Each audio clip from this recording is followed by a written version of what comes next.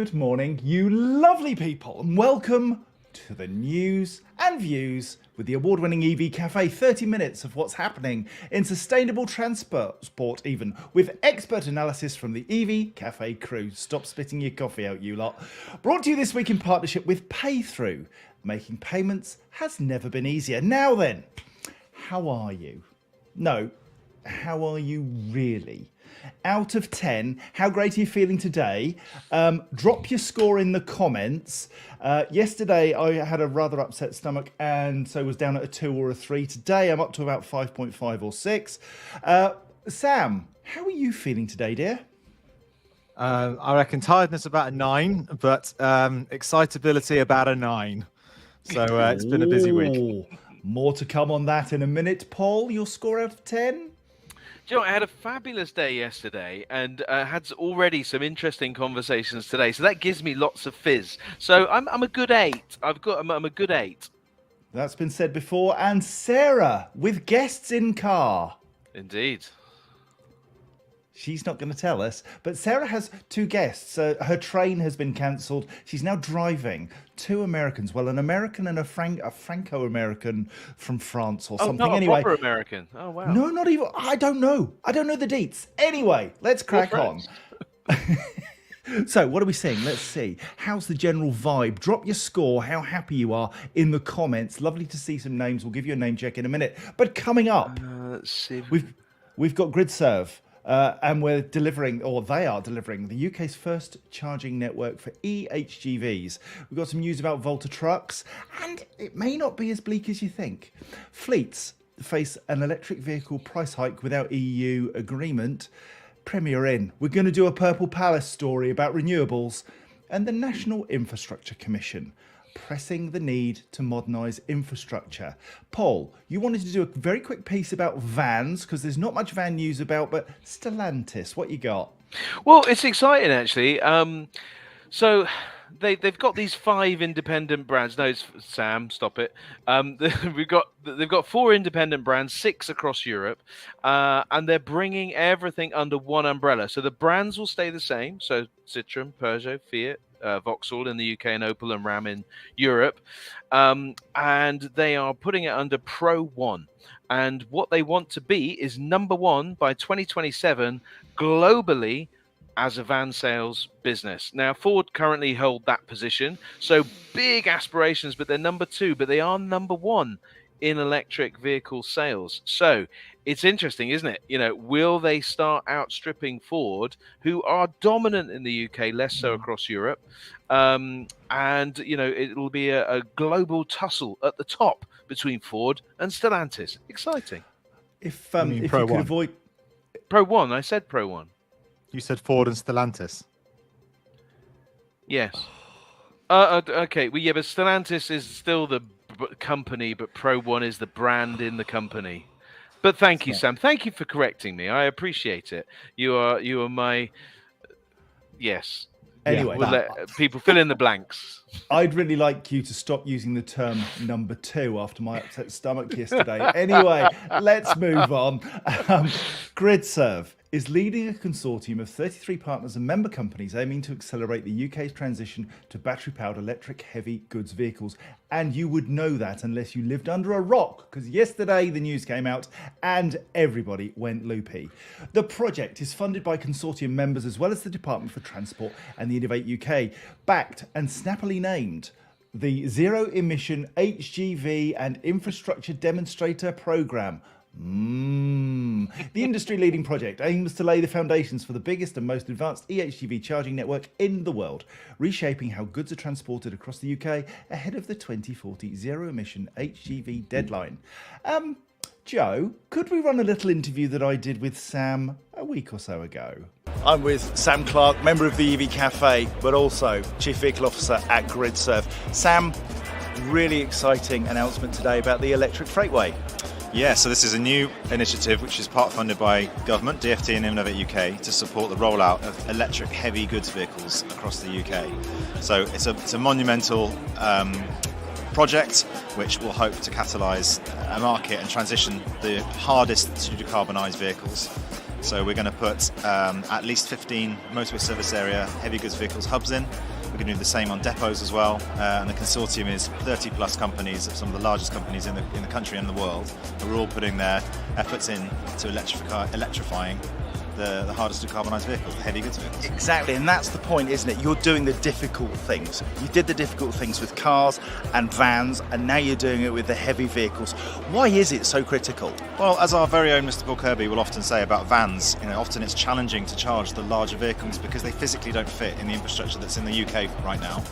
So we need a solution for commercial vehicles, and the hardest to decarbonise are the 44-tonne trucks. So we start there and work our way back down again. So it's a massive step in the right direction to try and electrify all vehicle types in the UK. And everybody at GridServe must be seriously buzzing. Yeah, it's taken a long time to get to this point. We're incredibly happy. It's the largest funded Innovate UK project ever. So we're going to make a real difference. It's really exciting. And that's what it's all about, just making a difference. Well done, Sam. Good effort. Thank you very much.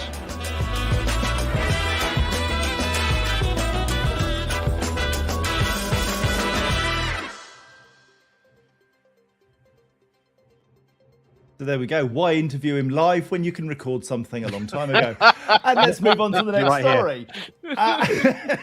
Sam, obviously massive news for the truck sector. But it's not just you, and the day job continues. And you've been doing this with a team of people for some while, haven't you? The foundations are already laid.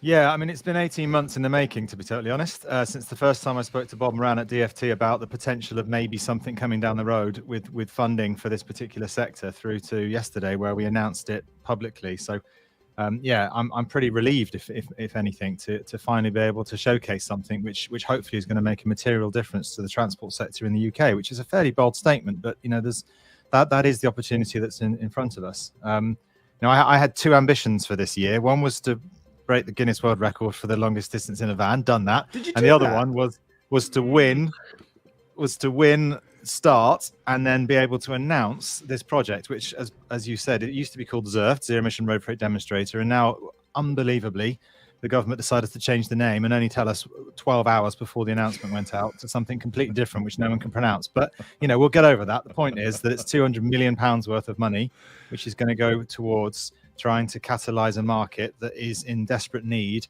of some help, because we've got to do something. The vehicles remain expensive, the infrastructure remains challenging, but this is an opportunity to increase demand, increase supply, generate economies of scale, stimulate the market, and keep pushing things forward. And it is a very, very necessary tool to do that. And we are, naturally very well placed to do it, given our relationships with all of the motorway service areas, and now some of the largest companies in the world, the Kerner Nagels, the Amazons, who incidentally, whilst are very large companies, those two companies, just to pick those out as examples, are going to be filtering these vehicles down to their own subcontracted SME market, which is one of the reasons why we wanted them in there.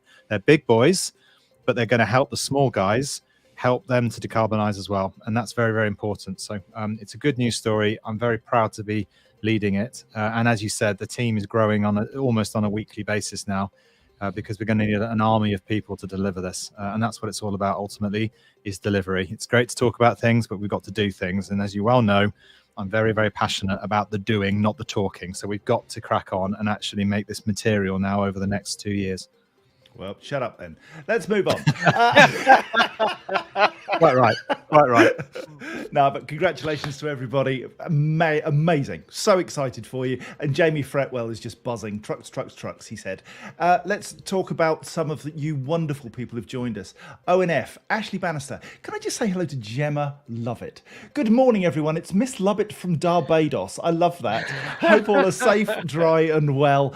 Yeah, it's a bit manky out there. If you are out on the roads, please be careful. Hugh Maguire, Laura Huswick-Wilkes from Power, Kirsty Robinson, ever present, bless you. Toby Hiles, thank you kindly for being here. Rob Dustin, Paul O'Brien, Michael Barton in London this week, not Bristol, goodness gracious. Leah Wright, Tara McKeer, Hugh Maguire's a 9. Oh, he's showing off. He really is. That's good. Well done, mate. Nick Ansell, Jordan Marsden, Ron Godfrey. Ron, love your messages. Bless you. Tony Klein, Ashley Etchells. Ashley, Net Zero Projects Conference. Brilliant. Absolutely superb group. Daryl Sharp, Rob Dustin, Claire Leclerc from Swarco. All that. Now then, here's one. Abdul Rahman Eli from Jakarta. I kid you not, Jakarta.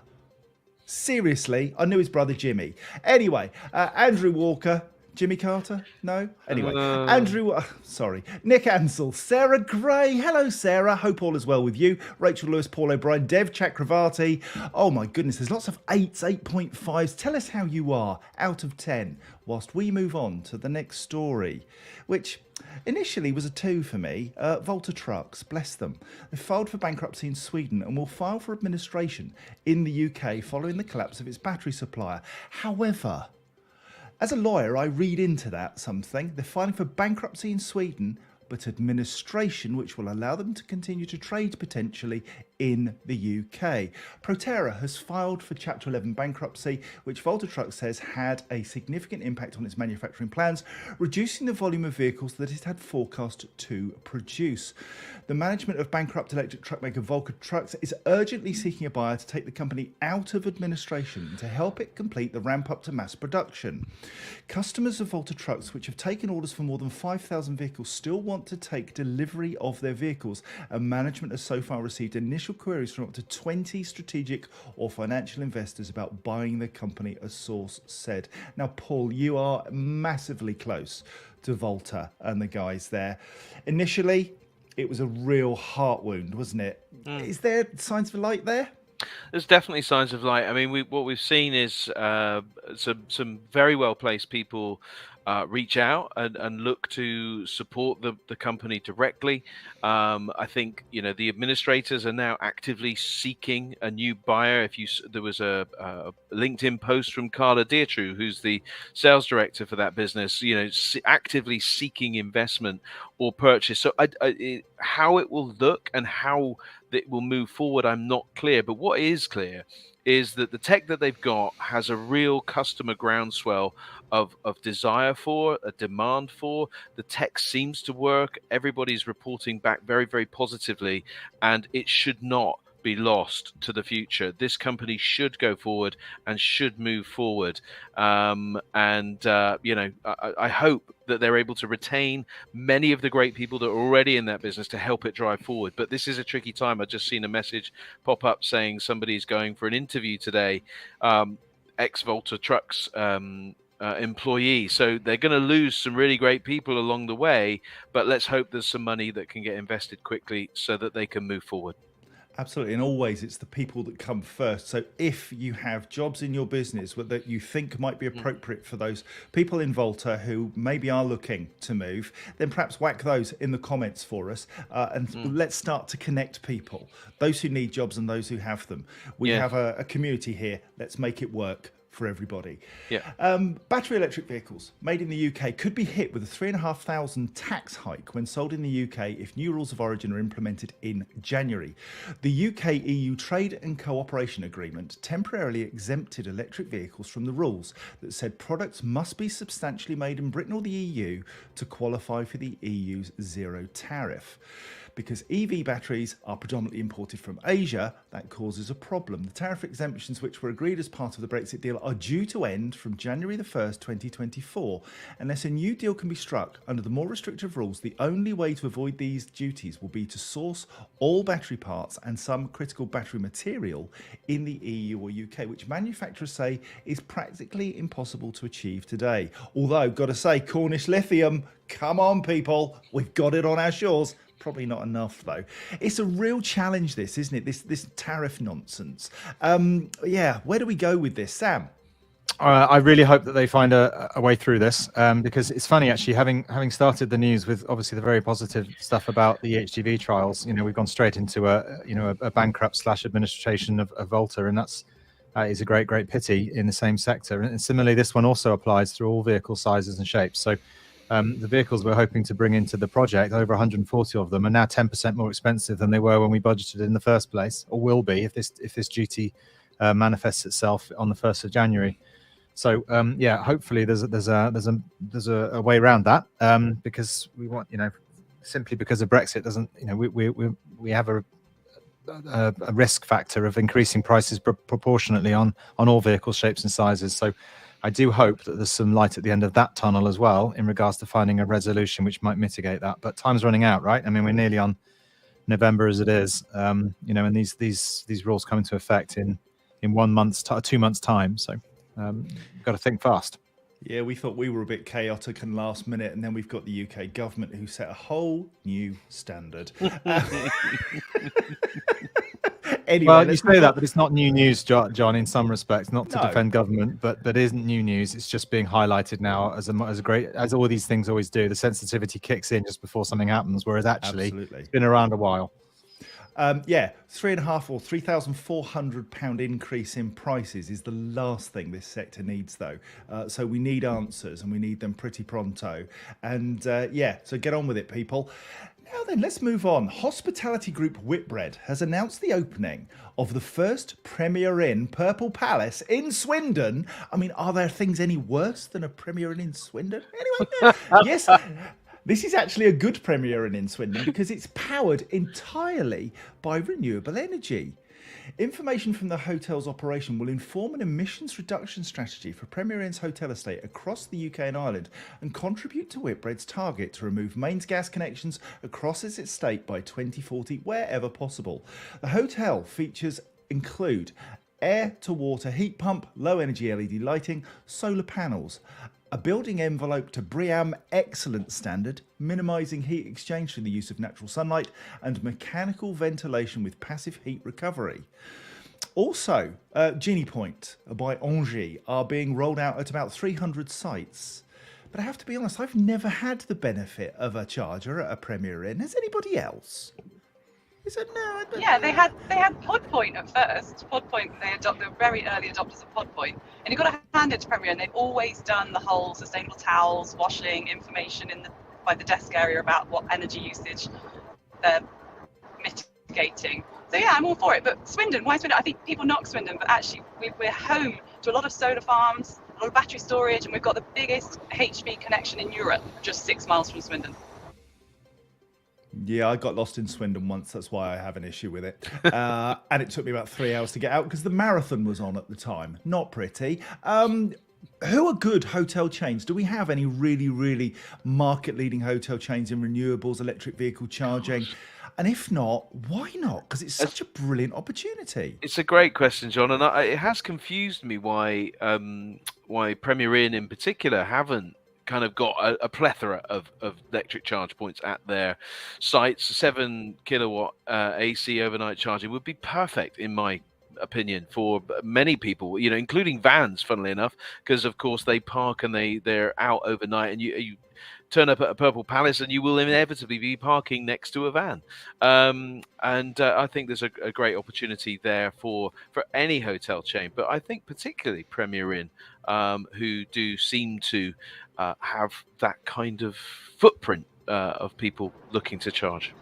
Yeah, but John, so they did have Podpoint, but I think it comes down to supply chain partnering again. It didn't go well for them, and the same with the village. Podpoint's being ripped out of the village in hotels as well. So something strange happening there. But we just did a white paper on this, pay-through white paper, about how you can leverage. Savills estimate £4,000 per year can be reclaimed after putting in AC charging. £4,000.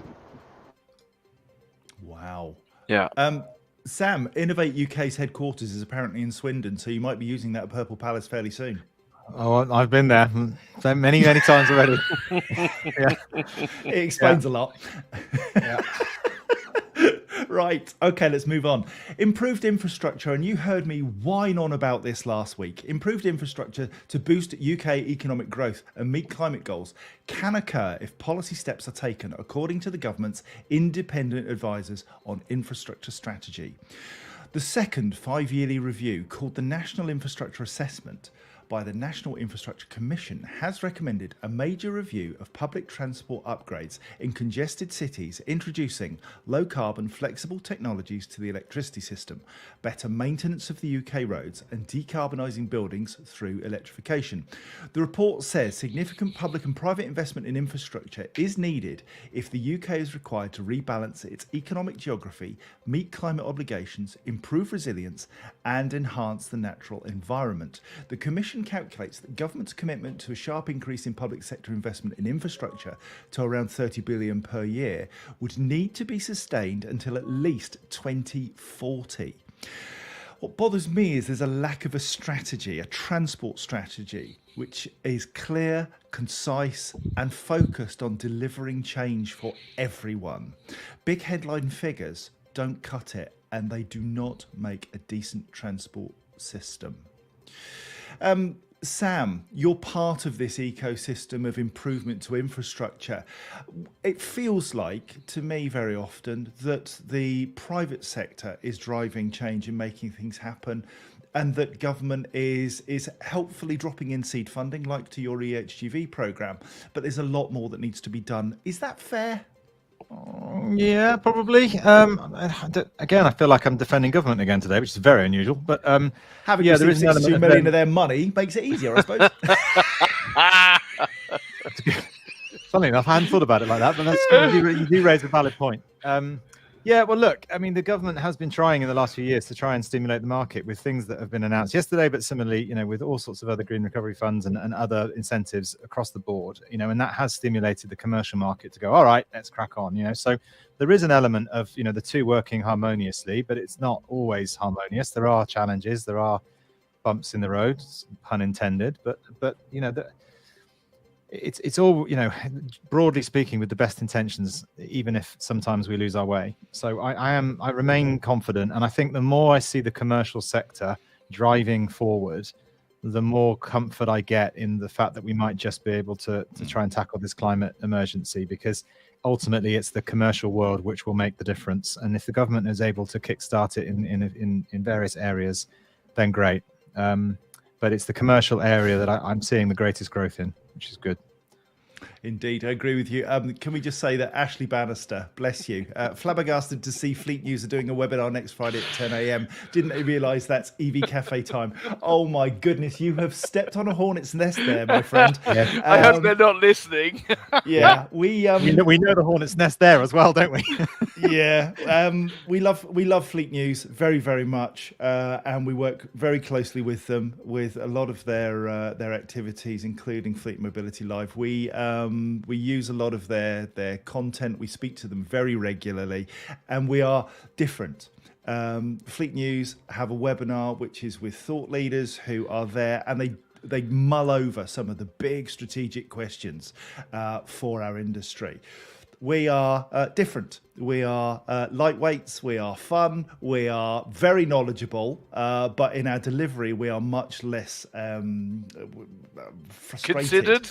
Considered. That's the word I'm looking for. Thanks, mate. We're much less considered. But there's horses for courses. We love what they do. Keep doing it. Yeah. We love what we do. We're going to keep doing it. There's room for all of us. And also the great news is when we get finished, you can go and go and take in the finish, and they'll obviously summarize at about 10 to 11 anyway, so they're 10 till 11 rather than 10 till half 10, so you can get a boost on Friday, Friday.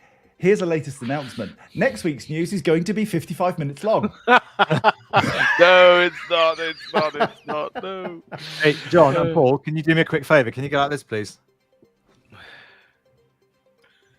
That's it. Brilliant. Just wanted to screen grab that. Screenshot. Oh no, nightmare. What are you doing to me? Michael Barton, other news services are available, but this is just fun. I just love that. Thank you so much. It really fills our hearts with joy when we know that we're getting through to you. Bless your hearts. Now then, it's a bit grotty out there today. Please stay safe, stay well. It is horrid. It's planning to be horrid for the rest of the weekend, I understand. What's the weather like in the south of England, guys? Wet. Very wet. The fact that all the trains have been cancelled to London because Swindon appears to be underwater, hence having to drive now. It's going to be What's going to happen to the Premier Inn? I know. I hope they've built that not on a floodplain. I'm glad to say though that it will not be wet inside the pubs where I'll be watching the rugby. Boom! Me too. Oh yes, and me three. I'd like to wish everyone in the northern hemisphere teams luck on. Oh no, wait, there's only one left. Oh yeah, no, I'm with you, Sam. So good. Clever. I'm liking it. Egypt. Right, Matthew Ling, the Travelodge in Ipswich, next to Ipswich Town Football Ground, have just installed a number of chargers. And I guess you'll be able to get to those chargers even on match day because the 3 fans that go won't block all of the charge points. Marvellous news. If you've got any clean transport, PR or news stories you'd like us to cover and take the mick out of, please send them to us at hello@evcafe.org.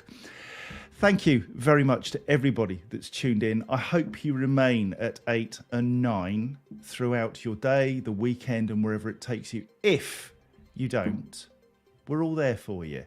This week, I've had to reach out to a couple of people, and I've had some wonderful people come back to me and say, it's okay, it'll all be all right. And it is. So thank you to those people. You know who you are. Until next Friday, it's goodbye from me. It's goodbye from them. You can say goodbye. Oh, bye. Sorry, I was say reading. This bye, is really Paul. interesting. Yeah, no, I was just reading Jamie Fretwell's comment. Yeah, very good. Okay, so more HGV news this week. Milans, 1,700 charges. Milans? It's Milans, I'm French. Have selected Kempower as a provider of charge points. And just as I was reading it, Joe took it away. Bless you. Thank you for that, mate. Oh, no, that was me. I do. Can I just say I do this? I do that. Yeah. Yes, I do it. Paul, Anyway. It's unlike you to hide your light under a bushel, dear boy. I've Thank been doing you. it all this time. Thank you so much for highlighting all of the comments that people make. And we do appreciate all the comments that you do make because some of them are very insightful and some of them are hugely funny. Important question. Kirsty Robinson, what was the Ben total? £590. We raised another £70 on our webinar. So almost 600. If you want to make a donation, we've put a link on the EV Cafe page on LinkedIn. And bless you, every single person who donated. And can I just say a little thank you to Kirsty because she's provided us with those lightning bolts. They are winging their way to me. So I think we said we would give them to anybody that wanted one from those that I want one. donated. Well, yes, you'll get one, Sarah. We all have one. We have one each, and then there is a good number more that we can give away as a little thank you. There. Oh, well done, JC. Brilliant. Or me. Joe. Was that Sam? No. No, but I was going to say, John, can you hurry up and do the sign-off, please? You got to go. I've got an interview with the Telegraph in 2 minutes. Oh, name drop. Telegraph. Telegraph. Ooh. Hurry up. I'm going other sustainability news services are available. That's it, I'm leaving. This It's is just slower. The EV Cafe is truly blessed to be partnered with Geotab, EV Civil Solutions, the AA Church and Insurance, Plug Me and Pay Through, Zaptec, Sperry, Hydrock, Interval, Kesha and McIntyre Hudson. We are the EV Cafe, supporting the transition to clean transport. Enjoy the rest of your day and your weekend, wherever it takes you. Until next Friday, goodbye. Bye. Bye.